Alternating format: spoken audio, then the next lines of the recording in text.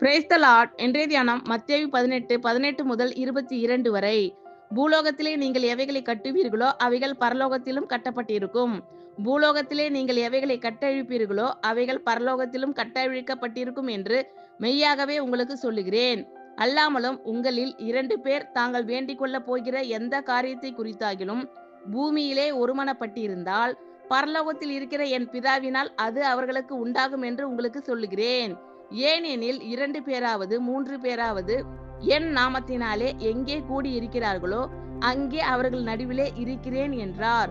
அப்பொழுது பேதுரு அவரிடத்தில் வந்து, ஆண்டவரே, என் சகோதரன் எனக்கு விரோதமாய் குற்றம் செய்து வந்தால் நான் எத்தனை தரம் மன்னிக்க வேண்டும்? 7 தரம் மட்டுமோ என்று கேட்டான். அதற்கு இயேசு, 7 தரம் மாத்திரம் அல்ல, 7 தரம் மட்டும் என்று உனக்கு சொல்லுகிறேன்.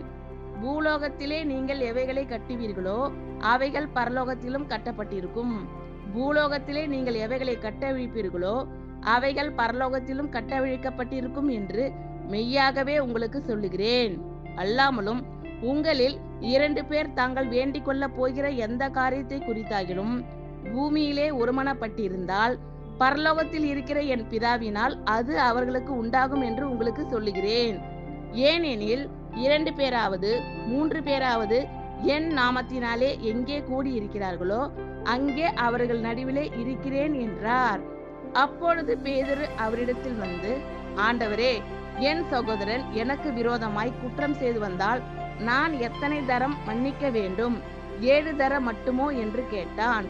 அதற்கு இயேசு, 7 தரம் மாத்திரமல்ல, 70 தரம் மட்டும் என்று உனக்கு சொல்லுகிறேன்.